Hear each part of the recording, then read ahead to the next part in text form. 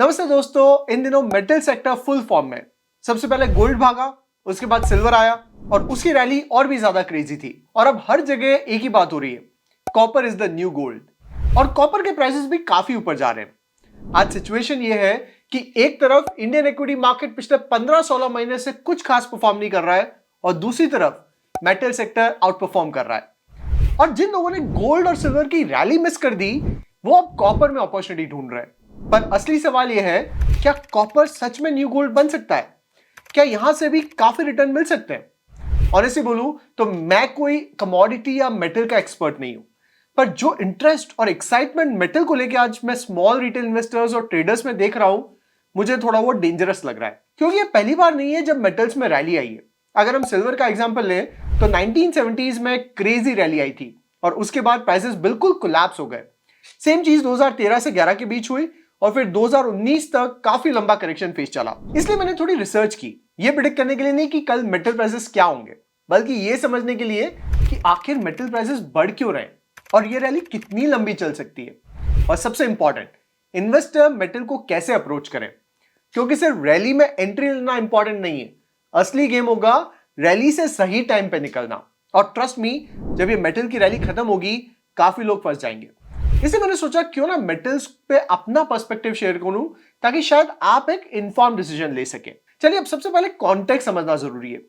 तो हम कुछ बेसिक क्वेश्चन से स्टार्ट करेंगे कि ये मेटल की रैली एक्चुअली स्टार्ट कैसे हुई, फिर अब सडनली कॉपर इतना पॉपुलर क्यों हो रहा है, फिर आप कॉपर रैली के साथ कैसे बेनिफिट कर सकते हैं और इन्वेस्ट करने से पहले आपको कौन से रिस्क ध्यान में रखने चाहिए। इन सब के बाद फाइनली हम कंक्लूड करेंगे कि आपको मेटल्स स्पेशली कॉपर के साथ एक्चुअली क्या करना चाहिए। चलिए वीडियो शुरू करते हैं। दोस्तों, ये मेटल की रैली आज या कल स्टार्ट नहीं हुई है। ये रैली एक्चुअली गोल्ड से स्टार्ट हुई थी ऑलमोस्ट 2-3 साल पहले। और गोल्ड ऐसे रैली नहीं करता कि अचानक ज्वेलरी की डिमांड बढ़ गई या माइंस बंद हो गई तो गोल्ड की प्राइसेस बहुत भाग जाएगी। गोल्ड तब रैली करता है जब दुनिया में अनसर्टेनिटी बहुत बढ़ जाती है। पिछले 2-3 सालों में ग्लोबल इकोनॉमी एक्सट्रीमली अनसर्टेन रही है। सबसे पहला ट्रिगर था इन्फ्लेशन। इन्फ्लेशन ने कैश की परचेसिंग पावर खत्म कर दी, बॉन्ड्स भी रिलायबल नहीं लगने लगे। और जब कैश और बॉन्ड दोनों अनकंफर्टेबल लगने लगते हैं, तब गोल्ड नेचुरली रेलिवेंट हो जाता है। फिर दूसरा बड़ा इशू था rising interest and debt. Inflation control करने के लिए ग्लोबली सेंट्रल बैंक्स ने इंटरेस्ट रेट काफी एग्रेसिवली बढ़ाए, लेकिन ग्लोबल डेट ऑलरेडी बहुत हाई था। स्पेशली यूएस एक मैसिव डेट प्रॉब्लम फेस कर रहा है, जो मुझको सस्टेनेबल नहीं लगता। इसलिए भी गोल्ड के प्राइसेस बढ़े। फिर तीसरा फैक्टर था geopolitics. Russia Ukraine war, US China tension, China Taiwan issue, Trump tariff और रिसेंटली यूएस का वेनेजुएला पे कब्जा।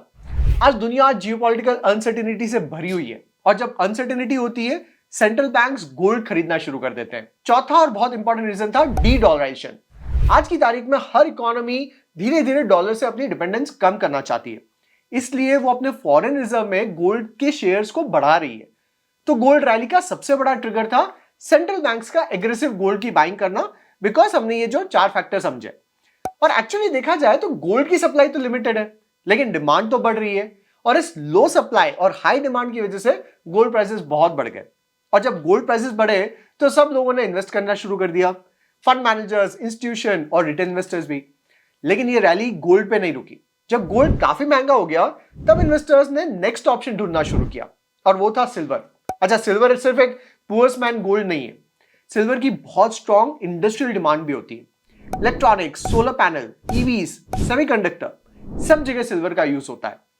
तो जब एक तरफ इन्फ्लेशन और अनसर्टेनिटी का डर था और दूसरी तरफ इंडस्ट्रियल डिमांड स्ट्रॉन्ग लग रही थी, सिल्वर ने सबका ध्यान अट्रैक्ट किया।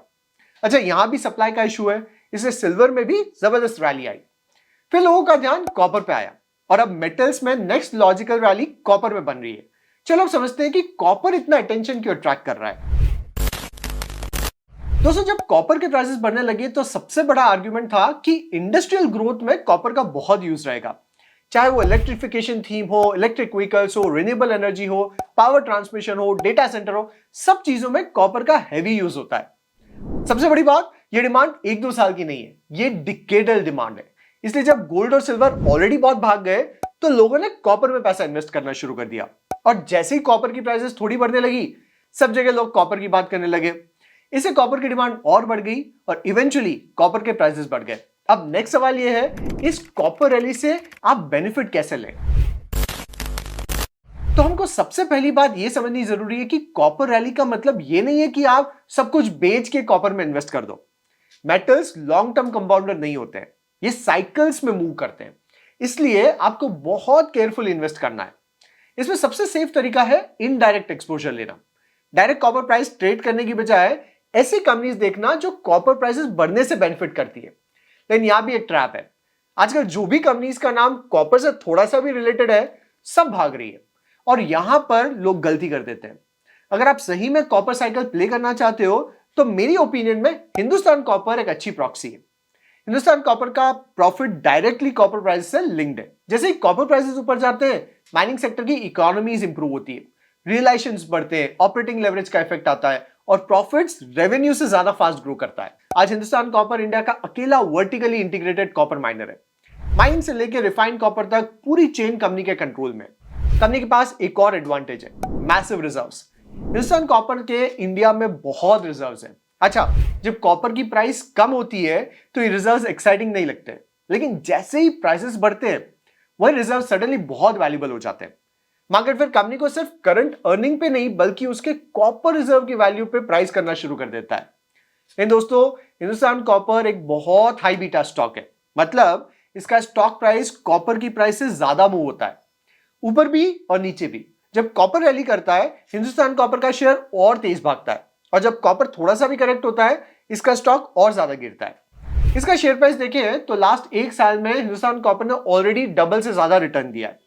3 से 5 साल में भी बहुत जबरदस्त रिटर्न है। लेकिन अगर थोड़ा जूम आउट करोगे तो पिक्चर बिल्कुल अलग है। 2007 से 8 में इसका स्टॉक प्राइस एक्सपोनेंशियली जंप किया था, लेकिन फिर आया ब्रूटल क्रैश। 2009 में फिर रैली आई और उसके बाद अगले 10 साल तक ऑलमोस्ट 90% का फॉल आया। दोस्तों, ये एक्सट्रीम वॉल्टिलिटी कंपनी के कमोडिटाइज बिजनेस की वजह से है, और ये वॉल्टिलिटी कंपनी के मार्जिन्स में क्लियरली दिखती है।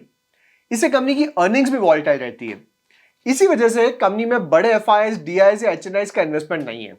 और अगर आज वैल्यूएशन देखो तो फ्रैंकली काफी स्ट्रेच लगते हैं। हाँ, ये भी सच है, जब तक कॉपर प्राइसेस ऊपर जाते रहेंगे हिंदुस्तान कॉपर का शेयर भी ऊपर जाता रहेगा। लेकिन जैसा मैंने पहले बोला था, मेटल्स डीपली साइक्लिकल होते हैं, इसलिए इन्वेस्ट करने से पहले कुछ की रिस्क समझना बहुत जरूरी है। चलो उन की रिस्क पे बात करते हैं। तो मेटल में सबसे बड़ा रिस्क होता है टाइमिंग का रिस्क, क्योंकि मेटल यूजुअली तब सबसे ज्यादा कन्विंसिंग लगते हैं जब रैली ऑलमोस्ट टॉप के पास होती है। ये स्टॉक में भी उतना ही एप्लीकेबल है, क्योंकि जब किसी एसेट क्लास में बहुत रैली हो जाती है फिर सब लोग उस पर बात करना शुरू कर देते हैं। Social media, news channel, YouTube, WhatsApp group, और एग्जैक्टली उसी फेस में ज्यादातर लोग रिटेल इन्वेस्टर्स एंट्री लेते हैं। प्रॉब्लम यह है कि मेटल बिजनेस की तरह कंपाउंड नहीं करते, ये डीप साइकिल में चलते हैं। और मेटल अप साइकिल में होते हैं तो बहुत अच्छे लगते हैं, लेकिन जब ये गिरना शुरू करते हैं ना तो मार्केट में जबरदस्त पैनिक होता है, क्योंकि जब करेक्शन आता है ना तो और सेंटिमेंट नेगेटिव होते हैं और सब लोगों को तब एक साथ प्रॉफिट बुक करना होता है। इसलिए मेटल करेक्शन बहुत क्रेजी होते हैं। और अगर मेटल स्टॉक्स की बात करें तो रिस्क और बढ़ जाती है। मेटल प्राइसेस गिरते ही कंपनीज की अर्निंग एक्सपेक्टेशन कोलैप्स हो जाती है, इसलिए स्टॉक्स अंडरलाइंग कमोडिटी से भी ज्यादा गिरते हैं। तो मेटल रैली का रियल रिस्क यह है कि अगर आपने टाइम से एग्जिट नहीं किया तो प्रॉफिट तो सब जाएगा, उल्टा आपको लॉस होएगा। अब इन सब बातों को ध्यान में रखते हुए आखिरी सवाल यह है, एज एन इन्वेस्टर आपको मेटल्स स्पेशली कॉपर के साथ क्या करना चाहिए? दोस्तों, सबसे पहले हमको यह समझना होगा कि हम आज इस मेटल साइकिल की रैली में किस स्टेज पे हैं। तो सबसे पहली बात, कॉपर की रैली कोई आज से शुरू नहीं हुई है, इसको ऑलरेडी 5 साल हो गए। और आज जो नैरेटिव बन रहा है कॉपर पे कि कॉपर की जबरदस्त डिमांड होने वाली है क्योंकि इसका यूसेज इलेक्ट्रिफिकेशन से लेके ईवी से लेके एनर्जी ट्रांजिशन तक है और सप्लाई भी कंस्ट्रेंट है, ये बात सबको बहुत पहले से पता है। इसलिए मुझे लगता है कि ये सब काफी हद तक ऑलरेडी प्राइस्ड इन है। इसका मतलब ये नहीं कि कॉपर की प्राइसेस कल ही गिर जाएंगे, लेकिन इतना क्लियर है कि इजी मनी का जो फेज था वो शायद निकल चुका है। दूसरी इंपॉर्टेंट बात यह है कि कॉपर को लॉन्ग टर्म कंपाउंडिंग एसेट की तरह ट्रीट नहीं करना चाहिए। आप इसे बाय करके 10 साल के लिए भूल नहीं सकते। अगर आप कॉपर में पार्टिसिपेट कर रहे हो तो आपके दिमाग में यह क्लैरिटी होनी चाहिए कि आप क्यों बाय कर रहे हो और किस पॉइंट पे एग्जिट करोगे। सिर्फ नैरेटिव के भरोसे रहना और इसलिए इन्वेस्ट करना क्योंकि कॉपर के प्राइसेस बढ़ रहे हैं, ये काफी रिस्की हो सकता है। इनफैक्ट अगर आप ऑलरेडी इन्वेस्टेड हो तो शार्प रैलीज पे पार्शियल प्रॉफिट बुकिंग भी कर सकते हो। इस स्टेज पे नए एंट्री पॉइंट्स ढूंढने से ज्यादा जरूरी होगा कैपिटल को प्रोटेक्ट करना। अगर आप इन्वेस्टेड नहीं हैं और इन्वेस्ट करने का सोच रहे हो तो एक बात याद रखना, एंट्री से ज्यादा यहां एग्जिट इंपॉर्टेंट होगी। और जब मेटल स्टॉक्स जैसे हिंदुस्तान कॉपर की बात आती है तो एक एक्स्ट्रा लेयर ऑफ रिस्क आ जाती है।